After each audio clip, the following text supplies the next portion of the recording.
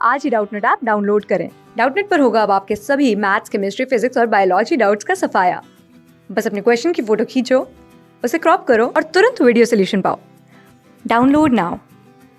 Hello बच्चों। तो इस प्रश्न में हमें क्या बोला गया है कि किसी बिंदु पर विद्युत विभव या विभव से आप क्या समझते हैं, और हमें ये बताना है कि जो विभव है उसका मात्रक है वो क्या होता है, हमें यहाँ पे बताना है। तो ये प्रश्न को हम यहाँ पे हल करते हैं। तो सबसे पहले हम यहाँ पे विद्युत विभव को समझते हैं। ठीक है, तो यहाँ पे सबसे पहले हमारे पास में जो वैद्युत विभव होता है उसको जानते हैं कि वैद्युत विभव या फिर साधारण विभव भी लिख सकते हैं यहाँ पे। तो जो विद्युत विभव होता है वो क्या होता है उसको समझते हैं सबसे पहले यहाँ पे हम।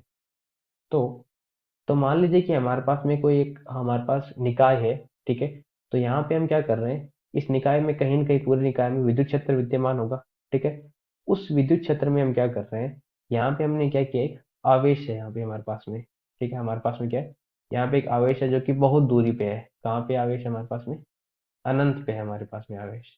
ठीक है, अनंत पे हमारे पास में क्या है, आवेश है, क्यू आवेश।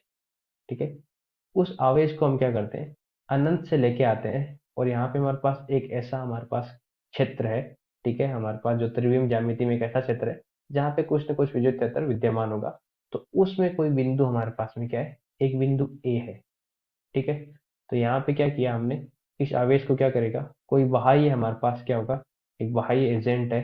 ठीक है, या बाह्य आदमी होगा, वो क्या करेगा, इस आवेश को क्या करेगा, यहाँ पे इस अनंत बिंदु से इस बिंदु पे से लेके आएगा। क्या करेगा, इस आवेश को क्या करेगा, अनंत से इस बिंदु पे से लेके आएगा।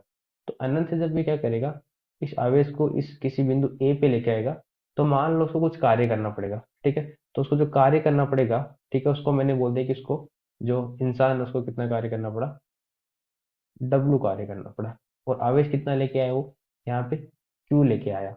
तो हमारे पास में इन दोनों का जो अनुपात होगा, ठीक है, जितना उसने क्या किया, कार्य किया, और जितना ये आवेश लेके आया, ठीक है, कार्य कहाँ से कहाँ तक किया, इनफाइनाइट से अनंत से किसी बिंदु ए तक लाने में जितना कार्य किया, बट्टा हमारे पास आवेश, ये क्या होता है, इस बिंदु ए पे जो विभव है उसके बराबर होता है।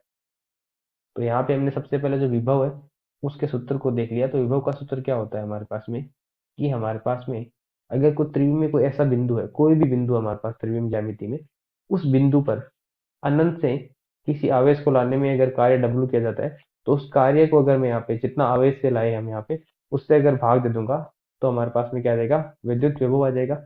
और अगर हमें इसकी परिभाषा जाननी है, तो मैं अगर मान लूँ कि मेरे को क्यू बराबर एक कूलम लाया, मैं कितना लाया, एक कूलम या इकाई आवेश लाया, तो हमारे पास में जो विभव हो जाएगा उस बिंदु पे, वो किसके बराबर हो जाएगा, जितना हमने अनंत से उस बिंदु पे लाने में जो काम किया है डब्लू, और यहाँ पे हमने नीचे लिख रखा है अनंत से ए बिंदु तक। तो यहाँ पे मैं इसको परिभाषित कैसे कर सकता हूँ, किसी बिंदु पे विद्युत विभव को हम कैसे परिभाषित कर सकते हैं, हम ये लिख सकते हैं कि किसी किसी इकाई धनावेश को, क्योंकि हम यहाँ पे क्या कर रहे हैं, धनात्मक एक आवेश मान रहे हैं एक कूलम का, किसी इकाई धनावेश को इसको अनंत से किसी बिंदु तक लाने में, किसी